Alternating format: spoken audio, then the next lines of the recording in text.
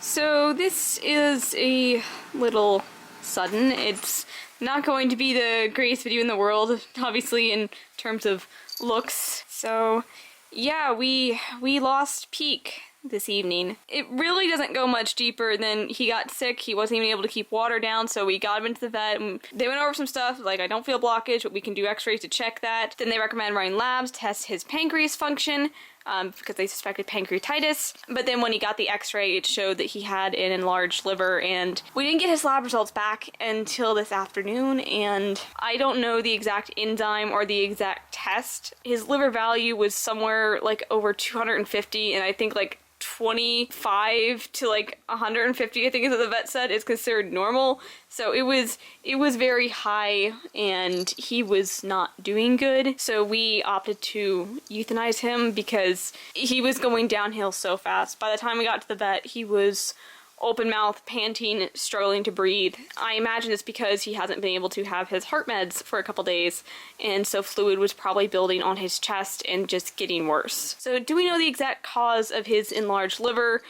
Not really. It's hard to pinpoint without specialists and stuff, but he was on a lot of medications, and the liver is known for filtering those out. And my working theory is kind of just overall, it just got to be too much. It's been a fight, and a good fight, trying to keep him alive, because to be honest, we did not think he would live to even see 4. And in April, the 29th, would have marked his 7th birthday. So we got a lot more time with him than we thought he would have had. So to start from the beginning, back in 2016, I was down at the end of my driveway taking new icon photos, and I heard screaming and screaming. I thought it was a bird or something, but finally I just went and I looked over in the ditch, and there he was, this little 1-month-old kitten, absolutely filthy and screaming so much. He sounded so hoarse. He just kept crying and crying. And so I didn't hesitate. I just went and I scooped him up and I brought him inside. I texted my mom. It's like, hey, I found a kitten. Get kitten formula. Not even asking, just, we're doing this. And I gave him a little bath, and he was just so sweet. He just wanted to curl up in my arms. You know, I bottle fed him, and the idea was originally that he was just going to be a foster kitten. And we actually had someone that was interested in adopting him, but he was a little bit of a foster fail, because by the time someone decided that they wanted him, we had also decided we wanted him, and we had dibs. But he was just an absolutely adorable kitten. There's plenty of videos on my channel of just him being in them as a little baby, and it's funny going back to his vet records. You know, we brought him into the vet a couple of days after we found him, and he was 1.6 pounds. He was so tiny, he fit in your hand. And like one of my favorite pictures I have of him is when he was little and he was grooming himself and he was cleaning his butt. He licked a dirty part and he just made such the face, and I got the picture at that exact time. It's the funniest picture I have of him, and I love it. You know, I want to butt in here because there were just so many things, so many stories. Peake was such a character, and I just couldn't think of it all right on the spot. But, you know, he is the only cat I ever owned that actually broke something. Like, he hurt himself. And how he did this, he sprained his elbow by falling off his cat tree. We have one of those kind of flimsy cardboardish cat trees, and we were mostly using it as a ladder for our big wooden one that we built, but he would just run up it really fast, and he'd get all the way to the top, and he liked the very top. Even though he didn't fit, he still liked it, and he swayed. And one night, he went up there, and it was leaning so much, and he didn't care. He just was chilling, and then suddenly, it just started going down and down, and he rode it all the way down. About at halfway point, that's when he kind of fell off, and he sprained his elbow from that, and he had to get like some forced rest, which was very impossible. I had to lock him in my room. He wanted to sit in the window. It's like, okay, fine. So I made him stairs that way he wouldn't have to jump. He actually refused to use the stairs and kept jumping on the floor. Anyways, the vet told me I should just stick him in a crate to make him rest. And I didn't want to do that, but he eventually recovered. But funnily enough, he had this thing for a specific type of fabric. I got some fabric like this once, and I cut out a piece. I set it on the table, and then I went to like go get some other stuff. I come back 2 minutes later, it's gone. I'm like, huh? That's weird. I can't find it. So I went and I cut out another piece, sat down, walked away, came back, and it was gone. At that point, like, okay, I'm tracking this down. I tracked it down to Peake, who had stolen both pieces. Any kind of fabric like that, he just carries it around in his mouth. We called it his blankie. And I think that specific thing he did was in a couple of my old videos. What he was actually doing, though, is he was hollering and humping the blanket. He was neutered. I want to be clear about this. He was neutered. I have never had a neutered cat that humped, but it was only this specific type of fabric, and he gets so mad at you. If you went to pet him while he was holding his blankie, he would scream at you, just the blanket in his mouth going, "Arr!" It was so funny. You got your blankie? He was such the back talker. He knew the meaning of the word no, and he did not like you telling him no. Like, you go and see him, and he's getting ready to jump up on the counter, and you're like, no, don't jump. And he keep rearing down, switching his tail faster and faster. Be like, do not jump. No jump. And then he'd finally go, "Meow," and do it anyways. Like, he knew he was being bad, and he would backtalk you. And sometimes he'd even hiss. You'd never lay a finger on him, just say no, and he'd hiss at you and do exactly what he was going to do anyways. He was a very smart cat. And I also knew this when it came to playing, because we have a little kitchen island, and it didn't take him long to learn that, you know, when I circled around one side, I had to come out the other, so he would always go and corner me with a toy. He was just, none of my other cats did that, but especially when he was young, he would play himself to death. I'm not joking about this. He would legit keep playing and playing and playing until he flopped on the floor, open mouth panting, gasping for air, and you're like, okay, you've worn yourself out. Let me put the toy down. The second you put the toy down, he would jump up on the table, go to the toy, flop down next to it, and just keep pawing at, like, no, keep going, please keep going. It's like, oh my god, you need to breathe first. Although, honestly, that should have been a sign that I didn't catch on to, because when he turned 2, they found out he had a heart murmur. And I think at that point, he was our 3rd or 4th cat that had a heart murmur. When our vet listened to his heart, she just stopped and looked up and just went, you guys don't have very good luck with this, do you? So this led to him going to an oncologist for ultrasounds, and for most of his life, no, actually pretty much his entire life, he went every 3 months. I'm trying to think of a time when she let space out 6 months, and I can only think of once. But the oncologist told us on his first appointment that when they get cardiomyopathy this young, it usually does not have a good outcome. And he was just in the worst category of risk for it too. It's more common in males, and she even said it's likely that he actually is a Maine Coon, or at least mostly Maine Coon, because cardiomyopathy is especially common in Maine Coon cats. So he was started on all of the usual medications, atenolol, which is a beta blocker, and baby aspirin to prevent blood clots, but he just was not responding to the atenolol very well. His heart just kept getting worse and worse and worse, and he was changed things like enalapril. He was taken off the atenolol, he was put on pemiobendin, put on a water pill, which was actually a little bit of a fight with the vet because it caused GI upset. And she's like, I never heard of that. And it's like, it's literally the most common thing when you're talking about diuretics. But eventually she changed it to a different diuretic, and he did pretty well on that. And she got too worried about him throwing a clot and took him off the aspirin and put him on a stronger blood thinner, which he absolutely hated because it was an extremely bitter pill. But he got to be a really good pill champ, and it actually got to the point where if I didn't remember to give him his pills in the morning, he would come and get me to get his pills because he'd get treats afterwards, and he loved the treats. But another thing that we were told at his first appointment was the signs to look for when it was time for euthanasia. She just like flat out told us, hey, if he is open mouth panting, that's the time to let him go. And actually before we left this evening to bring him in, he started open mouth panting a little bit. So by the time they actually got to euthanize him, he was full on practically gasping for air. It was very bad. Some people say like, oh, cardiomyopathy, they just go to sleep, and sometimes that is the case. It is a silent killer in cats. Sometimes they literally just go to sleep and don't wake up. But other times, when their heart muscle thickens and fluid builds up around their lungs, they can't breathe, and it's an awful way to go. But I guess to talk about some of the happier parts of his life, he was very big into food.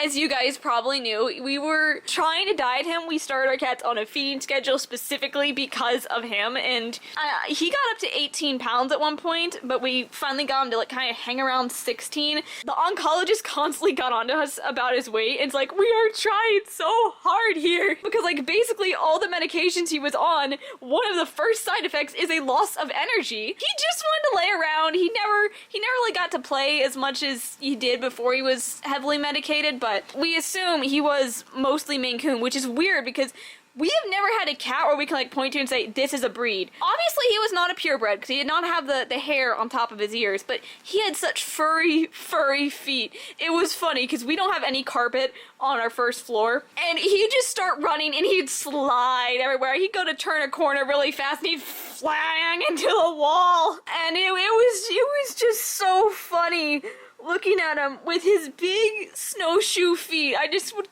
kept calling him Snowshoe for the longest time. Which actually, if you're wondering why his name is Peake, it's because of Chessie and Peake. I actually started calling him Chessie, and then I'm like, oh, this is the boy. Okay, Peake then. Because especially when I was little, I was really into the whole Chessie railroad system, and it was Chessie the railroad cat and her husband, Peake. So that's where that all came from. But aside from his gigantic feet, he also had, I believe he did have like the Maine Coon triple coat, which is 2 insulating layers and then a water repellent layer, because he liked water. There'd be times he'd jump up, and if the sink was empty or I was like loading the dishwasher or something, he would sometimes go jump in the sink and just start pawing. He loved whenever I cleaned, unless it was a vacuum. He hated the vacuum.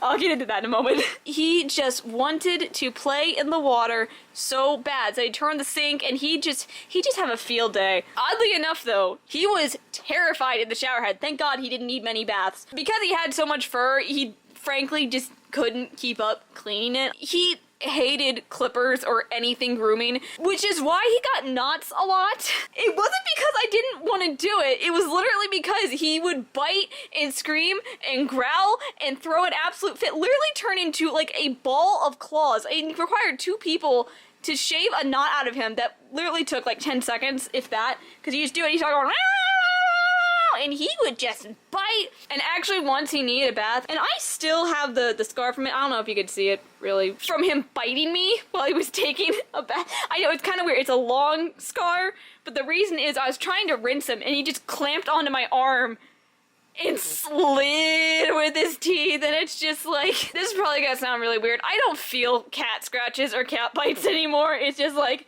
cat's biting me. Okay. Because he was very feisty, and he is very vocal. Besides his back talking and stuff, and his overall chirpiness, he loved to chirp. He was a huge chirper. Anytime he was upset, he would just hiss. The first time he went to the vet, keep in mind, he was like a 4-week-old kitten. The vet tech walked in and just touched him, and he hissed 3 times in a row in like 2 seconds, and it was like, oh my god, just it was so funnily cute. And he also hated the vacuum so much. He would see you get on the vacuum, he would start growling and hissing and slinking away, and there'd be sometimes where you kind of would sneak up on him without turning on the vacuum, then he'd look and he'd see it, and he'd just start hissing and hissing.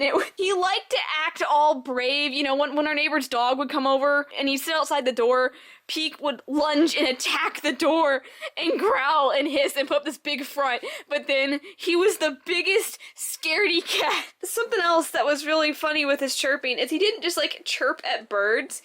He chirped at any kind of reflection, or like a laser pointer. There'd be times that I would kind of bring a laser pointer out to play with him, and if ever it got like too high up the wall for him to get, he'd just start chirping. If I point at the ceiling, it got to the point he knew that the click of the laser pointer, and as soon as he heard that, he'd just start looking around and go But like in the mornings, he'd be doing dishes with a pot or something, and he'd see the reflection in the ceiling and just start chirping. He'd see the ceiling fan spin and just start chirping. It got to the point, he knew anytime I stopped and like pointed at the ceiling that I was trying to point out like a laser pointer or reflection to get him to chirp. So I would just go, Peake, what is that? And he'd just start going, and just look where I was pointing. He was so smart. Oh, and I completely skipped over this with the shower head. There were a few times, you know, when I'd be taking a shower and he'd just be in the bathroom, because that's what happens with cats. Because he was so scared of the shower head, he did not like that I was taking a shower, and he would poke his head in, and if I gave him a little scratch on his cheek, he would take my hand in his mouth and try to drag me out of the bathtub.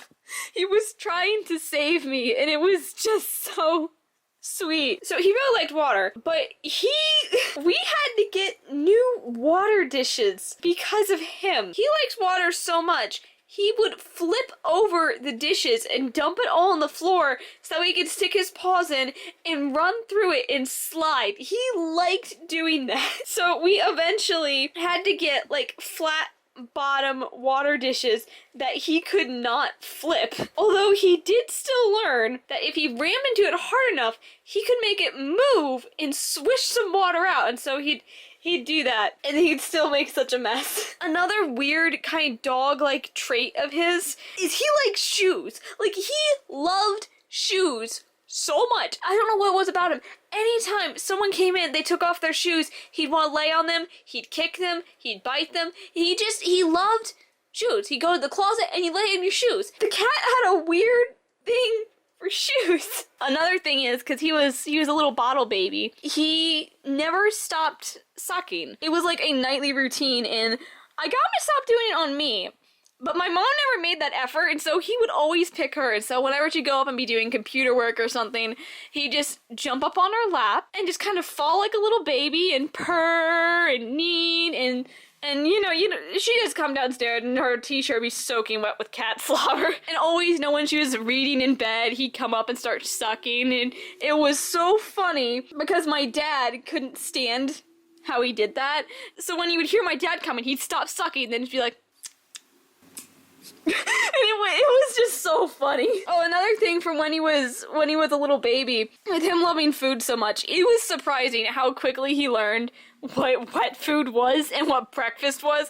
I'm not joking when I say it took 1 day. The first morning he was here, my mom gave him a little plate of wet food, and because he was such a little baby, we were keeping him separated from other cats. He was kind of like in a little kitty playpen. The very next morning, he woke me up screaming because he heard her up, go to the kitchen, and he knew she was opening a can. And I'm like, oh my god, you learned this in 1 day. And it's like, this wasn't, I didn't know a kitten could be this loud, but he's just, and when he was little, he refused to sleep unless it was on my lap, which was just so sweet. I tried to keep him out of my bed at first because he was so tiny and I roll over a lot and I didn't want to crush him. So I tried to kind of like build him a little cardboard enclosure until I got to borrow a little kitty playpen. And he found a way to jump over the wall. It took him several tries. Jump over the wall and climb up into bed with me anyways. It was impossible. He wanted to be snuggled with me. That changed when he got older. My mom soon became his favorite, and I'm assuming that's because she fed him and didn't shove pills down his throat. I would say he actually got along with our other cats pretty well. Lily here, I'd say, was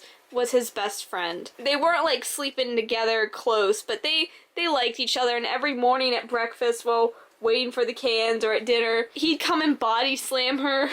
He knew he was a big cat and he knew he could throw his weight around. And so while Lily would be doing all these little kicks and stuff, he'd just literally walk up and fall on her. And that was how he played. Like, literally once he went to tackle Lily, I think, and he just ran straight into her. Didn't even, like, move his feet, just poof. And him and Windsor were also good friends. He tried to get along with Daisy, but actually he stopped sleeping on my bed because every time he got on my bed, Daisy would beat him off of it. But I would say the only cat he actually ever truly had a problem with was Lady, but she kind of doesn't count because no one likes Lady. It's mean to say, but it's okay because she's a jerk. When we first got Peake, my mom was like, oh, Lady had a litter kitten. She loves kittens. She'll love Peake. And so she insisted on like having them meet. And the first thing Lady did was slap him and get her claw stuck in the back of his head. And oh boy, did he scream. They never got along after that. And while Lily is the territorial one that beats up Lady, Peake soon adapted to that role and started beating the crap out of her. Anytime he heard her in the litter box, he'd sneak up and wait for her to jump out so he could ambush her, which led to her peeing on the floor a lot. Yeah, did I mention Lady's kind of a jerk? And another thing, he was very persistent in, like, everything. So there was a couple of incidents with bean pillows. He grabbed one from upstairs, dragged it all the way down into the kitchen to the front door. That's where he liked to put his kill. And he proceeded to rip it apart. And this whole time we're trying to get him out of it, and he's just like, no. And then he tried to do it again later on, but we caught him before he was able to rip it open. There was one time I never moved so fast in my life that when I turned around and see him carrying a bean pillow out of my closet, I have never moved so fast. Oh my god. But he was just so happy. And we did everything we possibly could have done to prolong a quality life. But there will never be another cat like him. And because we never knew his exact birthday, but we had a good estimate due to how old he was and the time we found him, that put him around Webkinz Day, so I just called his official birthday Webkinz Day. And if you saw my Daisy video, then you know Gans never made a plush that looked like Daisy. They never made a plush that looked like Peake either, but this actually really bothered me and still kind of does a bit. Shortly after they stopped making the Gen 1 plushies, they released a virtual-only pet of a Maine Coon that looked almost identical to Peake. If there's one thing I do want to say, because even though I don't have a Webkinz named after him, and I might never be able to get a Webkinz to name after him, I'm glad I took too many pictures and so many videos. Just a little piece of advice, just like never delete a picture of your pet. Even if it's a bad one. One day, they're gonna be gone and you'll be grateful you have that memory. I think the worst part about all this is he loved Snow so much. Like, actually, he just adored Snow. All of our other cats hated it. He loved it. And he didn't live long enough for a large Snow that I could bring some into the house for him this winter. Yeah, that's my baby. So, thanks for watching, and yeah, that's the story of my boy. Good joke. It's purring.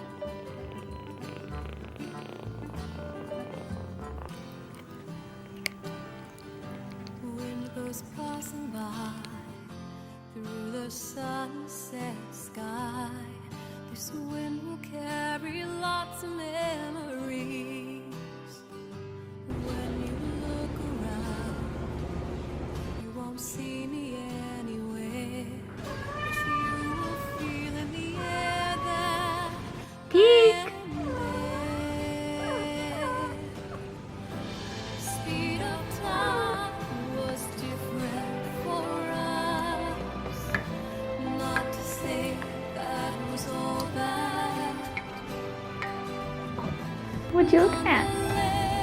Those moments we treasure will be carved into stone eternally.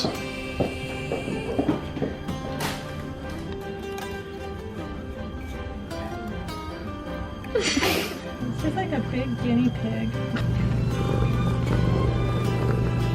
I need to change my shirt. I can't stand to smell it.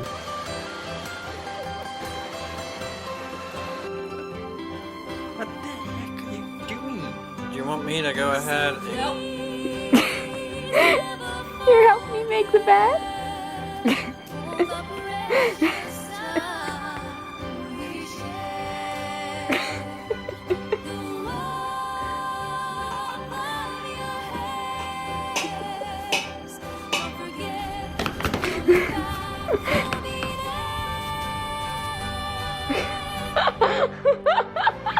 Since that day you came into my head, our story Thank you. You've earned this. Thank you.